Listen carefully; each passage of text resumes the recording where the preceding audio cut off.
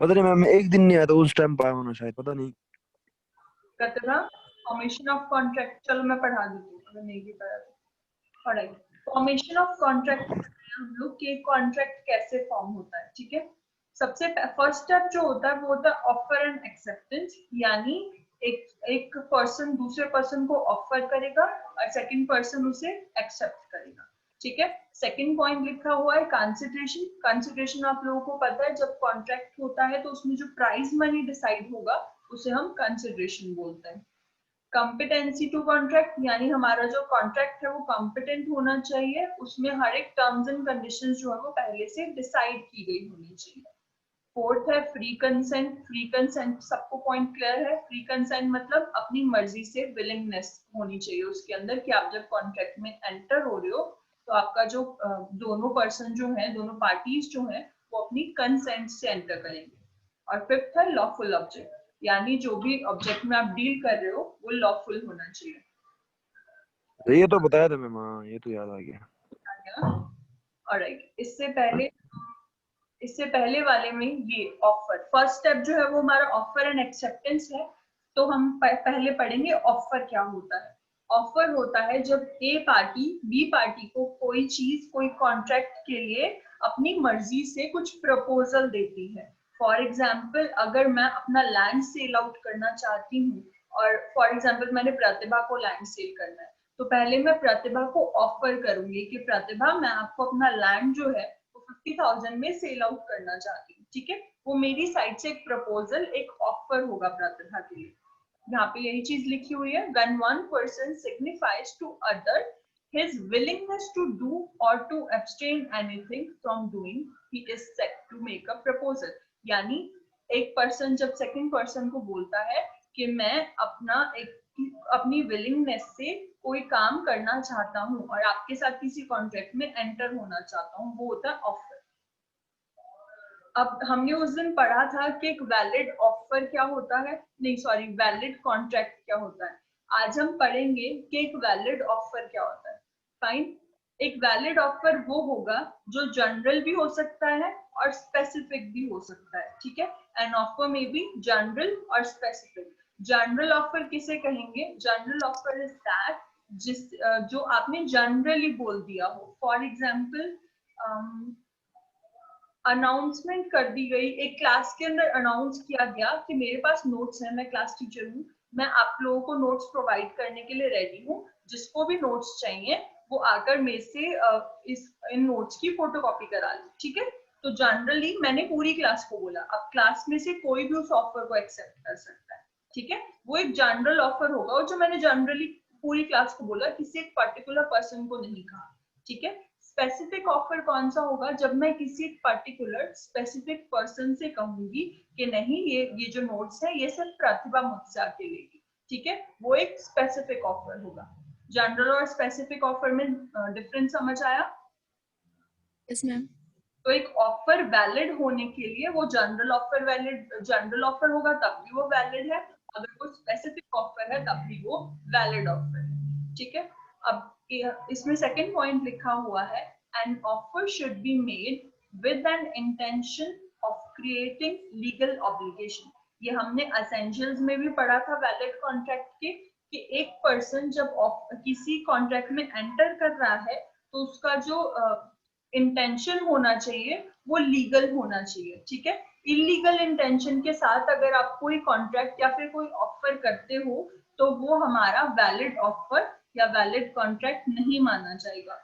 For example, मैं toys से related कर रही हूँ कि मैं टॉयज का कॉन्ट्रैक्ट करना चाहती हूँ, मैं 100 टॉयज जो है वो किसी बी पार्टी को सप्लाई करने के लिए ऑफर करती हूँ, ठीक है।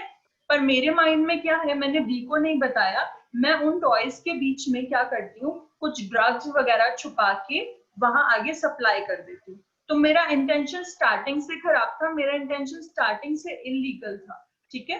तो वो एक वैलिड ऑफर नहीं होगा। बी पार्टी को तो पता भी नहीं है कि मैं उसके अंदर इलीगल ड्रग्स सप्लाई कर रही हूँ, ठीक है। तो एक वैलिड ऑफर के लिए आपका इंटेंशन लीगल होना जरूरी है। 2 minute please.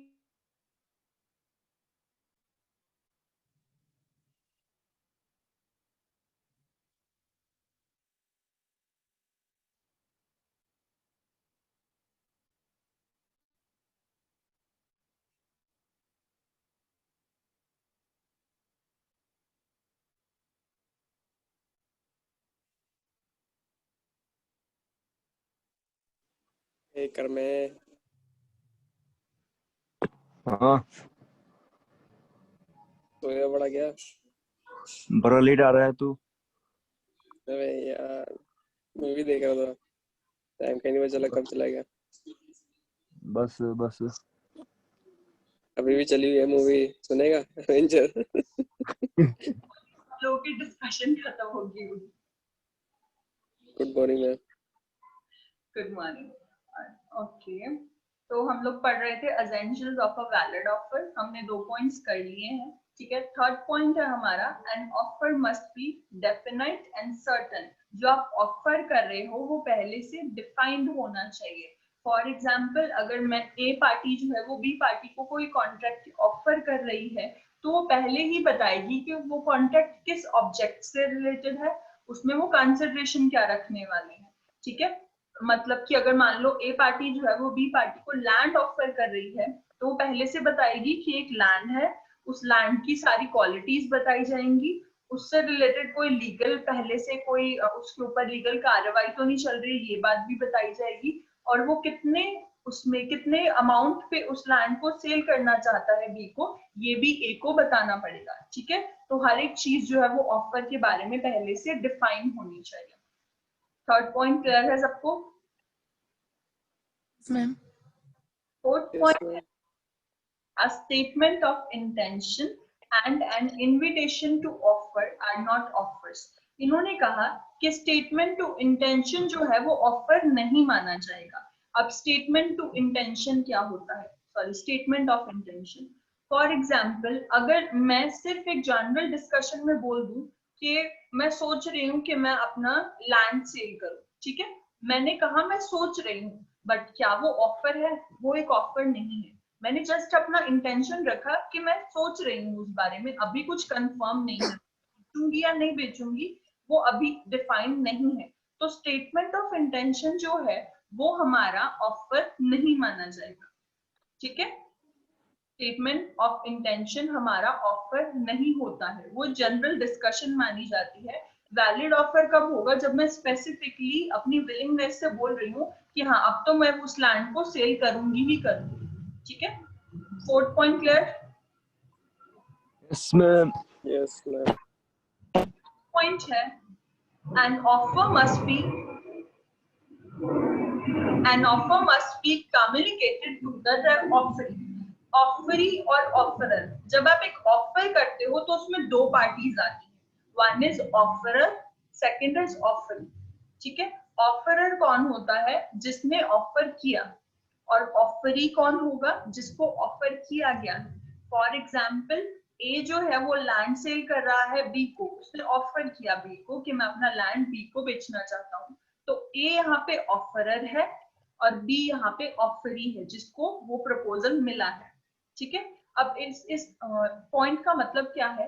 N offer must be communicated to the offeree, यानी जो आप ऑफर कर रहे हो वो ऑफरी को कम्युनिकेट होना चाहिए। अब अगर मान लो मैं लैंड सेल करना चाहती हूँ प्रतिभा को या फिर किसी को भी, तो मैं अपने घर पे बैठे ये बोले जा रही हूँ कि मैं उस लैंड को बेचूंगी, प्रतिभा को लैंड सेल करना है, और अगर मैं वो ऑफर प्रतिभा को दूंगी ही नहीं तो क्या वो वैलिड ऑफर है?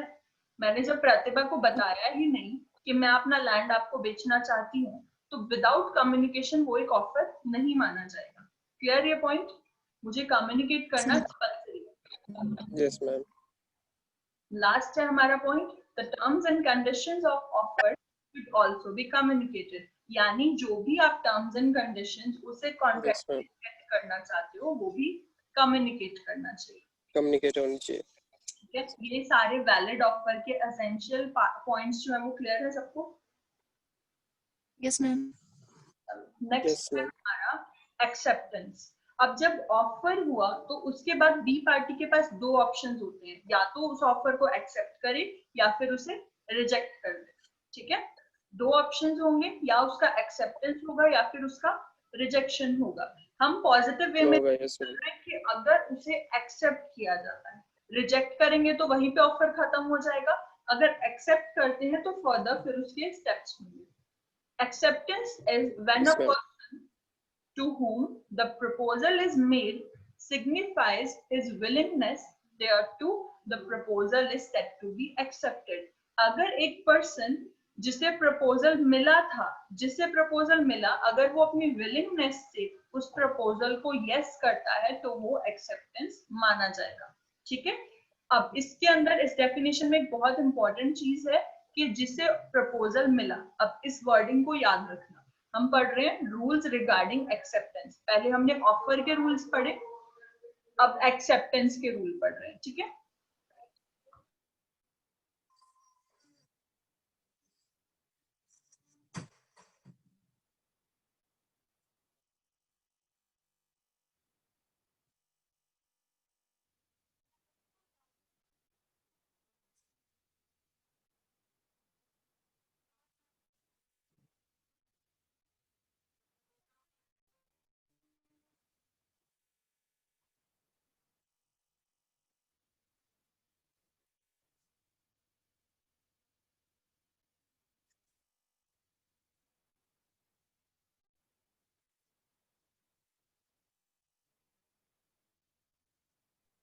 हेलो बात रही है?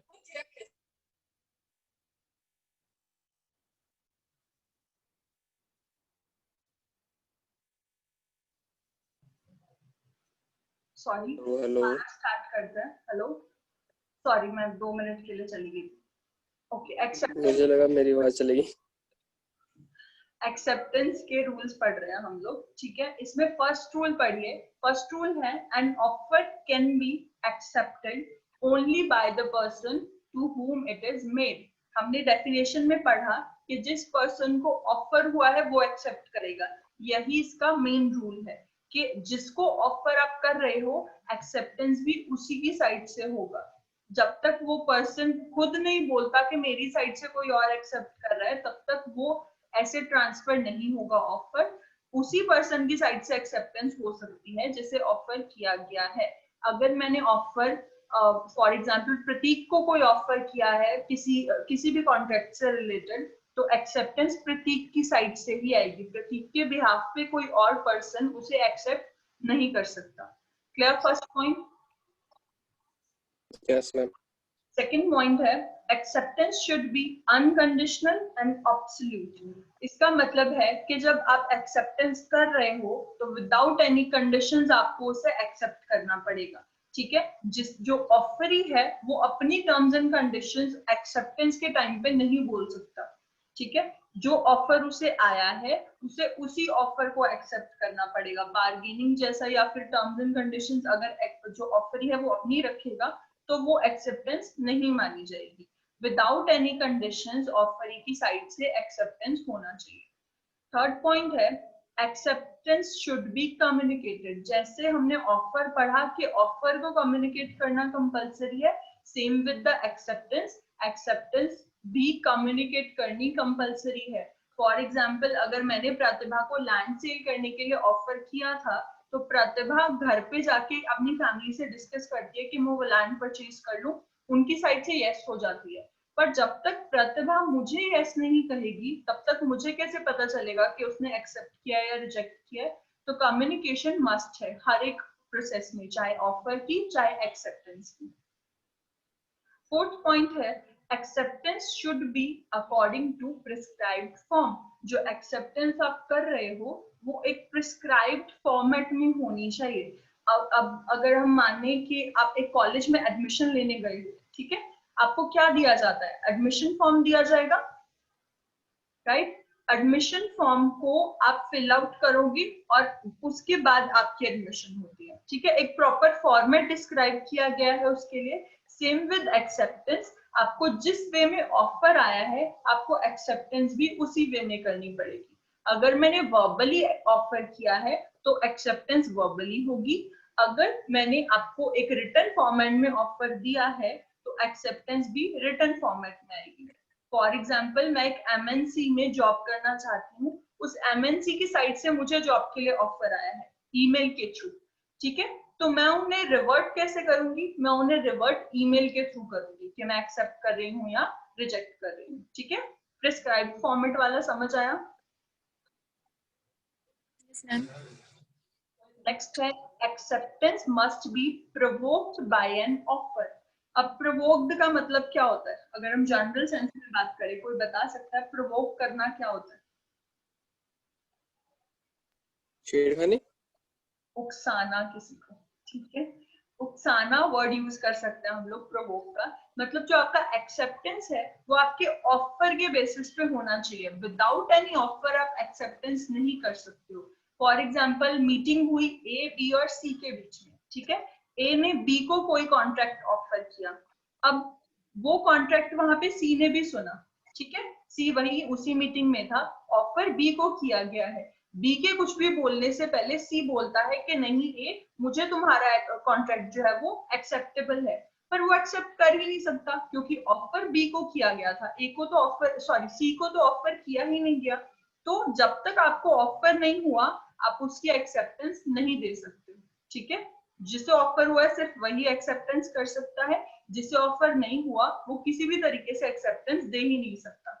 यानी जब आपको ऑफर हुआ है उसी ऑफर से प्रोवोक होकर, उसी से आप प्रेरित कह लो एक वर्ड, उसी से आप प्रेरित होके एक्सेप्टेंस करोगे। विदाउट एनी ऑफर आप नहीं कर सकते हो। नेक्स्ट पॉइंट जो है वो है acceptance must be given before the offer lapse और रिवोक। यानी एक्सेप्टेंस जो है वो उस कॉन्ट्रैक्ट उस ऑफर के खत्म होने से या फिर वापस लिए जाने से पहले होनी चाहिए। फॉर एग्जाम्पल मैंने प्रतिभा को कहा था कि मैं आपको 100 टॉयज जो है वो प्रोवाइड कराऊंगी, आप मुझे उस 100 टॉयज के लिए एडवांस में पेमेंट कर दीजिए, यानी 50% पेमेंट आप मुझे एडवांस में कर दीजिए टॉयज के लिए। अगर वो मुझे 1 मंथ के हमने डिसाइड किया था 1 मंथ के अंदर एडवांस पेमेंट होगी। अब अगर 1 मंथ के अंदर जो है वो एडवांस पेमेंट नहीं करती है या फिर उसकी एक्सेप्टेंस नहीं देती है तो वो ऑफर खुद ब खुद खत्म हो जाएगा। तो एक्सेप्टेंस जो है वो टाइम पीरियड के खत्म होने से पहले होनी चाहिए, ठीक है। लैप्स या फिर रिवोक से पहले होनी चाहिए। लैप्स होता है खुद ब खुद खत्म हो जाना, रिवोक होता है जब जिसने ऑफर किया वो खुद ही वापस ले ले कि ठीक है अब मुझे आपके साथ कॉन्ट्रैक्ट नहीं करना। ये दो वर्ड्स हम आगे डिटेल में पढ़ेंगे, अभी के लिए सिर्फ इतना समझ लो कि एक्सेप्टेंस जो है वो लैप्स और रिवोक से पहले होनी चाहिए, ठीक है। लास्ट पॉइंट है provisional acceptance is no acceptance. Provisional acceptance ये एक छोटा सा कंसेप्ट है। प्रोविजनल एक्सेप्टेंस का मतलब होता है जब आप फॉर एग्जाम्पल के थ्रू समझते हैं इसे। अब मैं अगर कोई कॉन्ट्रैक्ट किसी को देना चाहती हूँ, ठीक है, मैं आप लोगों को फॉर एग्जाम्पल मेरे घर में फंक्शन है, ठीक है, मेरे घर में फंक्शन है तो उसके लिए मैं जो खाना वगैरह है ना उसका कॉन्ट्रैक्ट देना चाहती हूँ। तो दो मेरे पास ऐसे लोग आते हैं जो जिनकी अपनी खुद का काम है, जो ऐसे फंक्शंस में खाना वगैरह प्रोवाइड करते हैं, ठीक है। तो मुझे दोनों के बीच में अब समझ नहीं आ रहा है कि मैं किससे एक्सेप्ट करूं, ठीक है। तो मैं दोनों को कहती हूँ कि आप एक काम कीजिए, अपनी अपनी जो भी आपकी केटरिंग की जितना भी काम है उसका छोटा छोटा सा सैंपल खाना मेरे लिए लेके आइए, ताकि मैं टेस्ट करके डिसाइड कर सकूं कि मुझे कौन से वाले पर्सन को कॉन्ट्रैक्ट देना है, ठीक है। दोनों पार्टीज मेरे लिए डेमो लेकर आती हैं, ठीक है, डेमो के लिए सैंपल खाना लेके आती हैं, मैं टेस्ट करती हूँ, मुझे बी का खाना ज्यादा अच्छा लगा तो मैंने बी को एक्सेप्ट किया, ठीक है। अब मैंने कहा था कि मैं उसे एक्सेप्ट करूंगी जिसका खाना मुझे पसंद आएगा, तो जिस टाइम पे मैंने कहा कि मैं उसे एक्सेप्ट करूंगी जिसका खाना पसंद आएगा उस टाइम तक वो एक्सेप्टेंस नहीं है, ठीक है। ए और बी उस टाइम तक नहीं बोल सकते कि हमारा खाना सिलेक्ट होगा जब तक मैं किसी एक के लिए डिसाइड नहीं कर लूं। प्रोविजनल एक्सेप्टेंस होती है जब आप कोई एक तरीके से स्टेज बना देते हो कि इस स्टेज के बाद मैं डिसाइड करूंगी एक्सेप्टेंस कब होगी। फाइनल एक्सेप्टेंस जब मैं डायरेक्टली बोल दूं कि मुझे ए से नहीं सीधा बी से ही बनवाना है, ठीक है। पर प्रोविजनल होगी जब मैं ए और बी दोनों को बोलूं कि आप दोनों कुछ ना कुछ करके दिखाइए, मैं डेमो के बेसिस पे डिसाइड करूंगी मैं किसे एक्सेप्ट करूंगी। तो प्रोविजनल एक्सेप्टेंस जो है वो एक्सेप्टेंस नहीं होती है। लास्ट पॉइंट जो क्लियर हुआ? तो हमने अब तक पढ़ा ऑफर एक्सेप्टेंस, ठीक है, ऑफर के कुछ एसेंशियल्स पढ़े और हमने एक्सेप्टेंस। नेक्स्ट है हम लोग पढ़ने वाले हैं टर्मिनेशन ऑफ ऑफर, कि एक ऑफर जो है वो टर्मिनेट कैसे होता है, ठीक है। टर्मिनेशन का मतलब समझते हो, खत्म होना। एक ऑफर खत्म कब माना जाएगा? यहां तक अगर सबको क्लियर है तो ये टर्मिनेशन वाले पॉइंट समझ आएंगे। अगर अभी भी कोई डाउट है पूछ लो।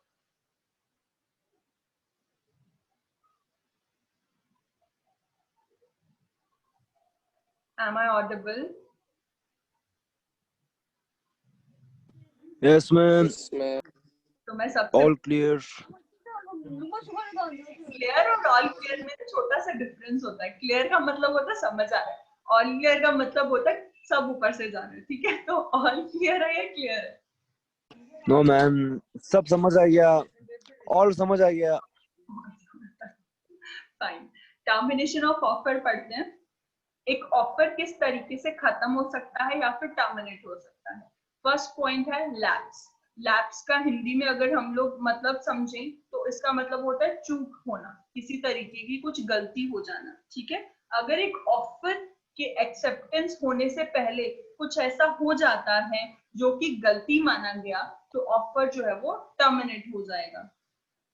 फॉर एग्जाम्पल, अगर मैंने एक कॉन्ट्रैक्टर को कहा था कि आप मुझे थोड़ा मतलब आप एक सैंपल के तौर पे मुझे कुछ दिखाइए, वो केटरिंग वाला ही एग्जांपल लेते हैं। अगर मैं ए से कहती हूँ, मेरे पास सिर्फ ए आया केटरिंग के लिए, मैं ए से कहती हूँ कि ठीक है मैं आपका ऑफर एक्सेप्ट कर लूंगी और आप मुझे बताइए कि आप किस तरीके से मतलब सब कुछ प्रोवाइड करेंगे, एक सैंपल एक बार मुझे दिखा दीजिए।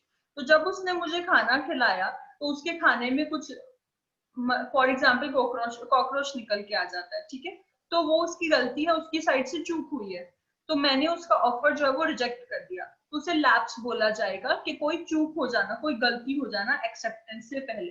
अगर एक्सेप्टेंस से पहले कुछ लैप्स हो जाता है तो ऑफर जो है वो टर्मिनेट हो जाएगा। फर्स्ट पॉइंट लैप्स का मतलब अगर कुछ गलती हो जाती है तो ऑफर टर्मिनेट हो जाएगा, खत्म हो जाएगा। सेकेंड पॉइंट है failure to fulfil a condition precedent, यानी एक कंडीशन जो ऑफर के टाइम पे रखी गई थी, अगर उसे फुलफिल करने में फेल हो जाते हो तो ऑफर टर्मिनेट हो जाएगा। मैंने बी से कहा था कि मैं आपको अपना 50,000 का लैंड सेल करने के लिए रेडी हूँ, बट तब जब आप मुझे 50% यानी 25,000 जो है वो हमारी डील से पहले एडवांस में दे दो। अगर जो बी है वो मुझे 25,000 एडवांस नहीं देता, वो मेरी कंडीशन को फुलफिल नहीं करता, तो ऑफर जो है वो टर्मिनेट हो जाएगा। ठीक है, clear? Second point. Yes, ma'am. Third point है रिजेक्शन। रिजेक्शन के थ्रू टर्मिनेट हो सकता है ऑफर। अगर मैंने किसी को ऑफर किया है और वो पर्सन उसे रिजेक्ट कर दे तो डायरेक्टली ऑफर जो है वो टर्मिनेट हो जाएगा। ठीक है, फोर्थ पॉइंट है डिस्ट्रक्शन ऑफ सब्जेक्ट मैटर। अगर जिस चीज से रिलेटेड ऑफर हुआ था वो चीज ही अब एग्जिस्ट नहीं करती है तो ऑफर जो है वो टर्मिनेट हो जाएगा। फॉर एग्जाम्पल, मैं अपनी एक प्रॉपर्टी बेचना चाहती थी, एक बंगलो बेचना चाहती थी, पर जिस जगह पे वो बंगलो था उस वहां पर अर्थक्वेक आ जाता है और वो पूरा का पूरा बंगलो जो है वो खराब हो जाता है। ठीक है, तो क्या होगा, ऑफर जो है वो खुद ब खुद खत्म हो जाएगा, क्योंकि जिस चीज में मैं डील कर रही थी वो तो खत्म ही हो चुकी है, अब वो चीज एग्जिस्ट ही नहीं करती, तो ऑफर और एक्सेप्टेंस का कोई मतलब रह ही नहीं जाएगा। ठीक है, फोर्थ पॉइंट समझ आया, किसी चीज का खत्म हो जाना जिससे रिलेटेड आप कॉन्ट्रैक्ट कर रहे थे। Yes, ma'am. लास्ट पॉइंट है रेवोकेशन। रेवोकेशन का मतलब है कि अगर जिसने ऑफर किया वही अपना ऑफर वापस ले ले तो फिर वहां पर ऑफर जो है वो टर्मिनेट हो जाएगा। फॉर एग्जाम्पल, मुझे पैसों की जरूरत थी तो मैं सोच रही थी मैं अपनी ज्वेलरी सेल आउट कर दूं, पर उसके बाद मेरे पास जो है मैंने ऑफर कर दिया था प्रतिभा को कि मैं अपनी ज्वेलरी आपको देने के लिए रेडी हूँ, आप मुझे 10,000 दे दीजिए। ठीक है, बट क्या हुआ, 2 दिन के बाद जब तक प्रतिभा ने एक्सेप्ट करना था उससे पहले मेरे पैसे कहीं और से अरेंज हो गए। ठीक है, मुझे मेरे किसी रिलेटिव ने पैसे दे दिए, मुझे अपनी ज्वेलरी बेचने की जरूरत नहीं पड़ी, तो मैं अपना ऑफर प्रतिभा से वापस ले लूंगी, रिवोक कर लूंगी कि अब मुझे आपको अपनी ज्वेलरी सेल आउट नहीं करनी। ठीक है, तो वो रिवोकेशन होगा। इन 5 तरीकों से आपका ऑफर जो है वो टर्मिनेट हो सकता है। ये पांचों समझ आए? मैम फिफ्थ पॉइंट नहीं आया समझ। रिवोकेशन क्या थोड़ा दिक्कत है? रेवोकेशन होगा जब जिसने ऑफर किया वही अपना ऑफर वापस ले ले। एक्सेप्टेंस से पहले जिसने ऑफर किया था वो ऑफर ही वापस ले लेता है कि ठीक है मुझे अब कॉन्ट्रैक्ट करना ही नहीं है। फॉर एग्जाम्पल, मैं अपने कुछ प्रॉपर्टी को बेचना चाहती थी पैसों के लिए, पर अब मुझे उनकी जरूरत ही नहीं है, मतलब मुझे पैसे कहीं और से मिल गए हैं, तो अब मैं वो बेचूंगी ही नहीं। ठीक है, तो मैंने खुद से अपने जो ऑफर है वो रिवोक कर लिया। ठीक है, खुद ही वापस ले लेना किसी चीज को, रिवोक कर लेना। Okay ma'am, clear. क्लियर? आज के लिए टॉपिक, फर्स्ट पॉइंट ठीक है, आज के लिए